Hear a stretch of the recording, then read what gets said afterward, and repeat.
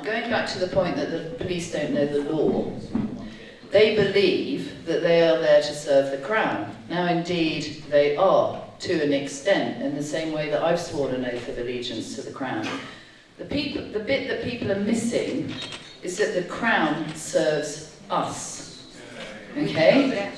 Now, the Crown's oath, the coronation oath, and I'll read it out to you briefly in a minute, is they have to govern us. They don't rule us, they govern us in accordance with our own laws. And therefore the police, by serving the Crown, is serving us because the Crown must uphold our laws, and therefore the police must. And I don't think, from watching all that evidence and from myself challenging the police on this, that they understand that social contract. It doesn't seem to be. But I just want to read you the police oath. Okay, this is from the Police Reform Act 2002, section 83, the police oath of office. I, blah, blah, blah, do solemnly and sincerely declare and affirm that I will well and truly serve the Queen. Right, so that's where they're getting it from. In the office of constable, with fairness, integrity, diligence and impartiality. Are they doing that? Right. Upholding fundamental human rights, such as the right to life, by any chance. Right? And according equal respect to all people, and that I will, to the best of my power, cause the peace to be kept and preserved, and prevent all offences against people and property, right? Which is basically our fundamental law, and that while I continue to hold the said office, I will, to the best of my skill and knowledge, discharge all the duties thereof faithfully, according to law. Right? So how can they discharge all their duties and uphold the law according to the law if they don't know the law? And how can they discern between lawful and unlawful orders if they don't know the law? And they don't know what's lawful and what's not. So going on to the Coronation Oath, right?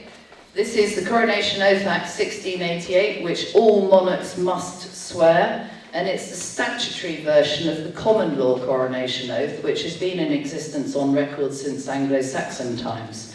And it's a three-part oath, and the first part is, I solemnly promise and swear to govern, not rule, the peoples of the United Kingdom of Great Britain and Northern Ireland in accordance with our laws and customs. Okay, so the Archbishop says, will you solemnly promise and swear to govern the peoples of the United Kingdom of Great Britain and Northern Ireland, etc., and of your possessions and other properties, to them belonging, or to any of them belonging or pertaining, according to their respective laws, and note this, and customs.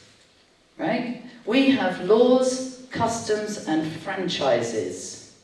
And all three of them belong to us. So the example I give is, it's customary for us to go to Stonehenge at the solstice and, for the pagans to pay homage. Right? That's a custom that's been there on record for thousands of years. The monarch must uphold that, as must the police. So I hope, is that clear? Did you all understand that relationship? I am talking to the converted. Well, hopefully whoever's listening isn't. And if any police person is out there who wants to challenge me on that, please contact me and challenge me, right? Because I've yet to hear from a police person that I've challenged that they actually understand that position. And the fact that you understand it, but the police don't seem to, what's that about?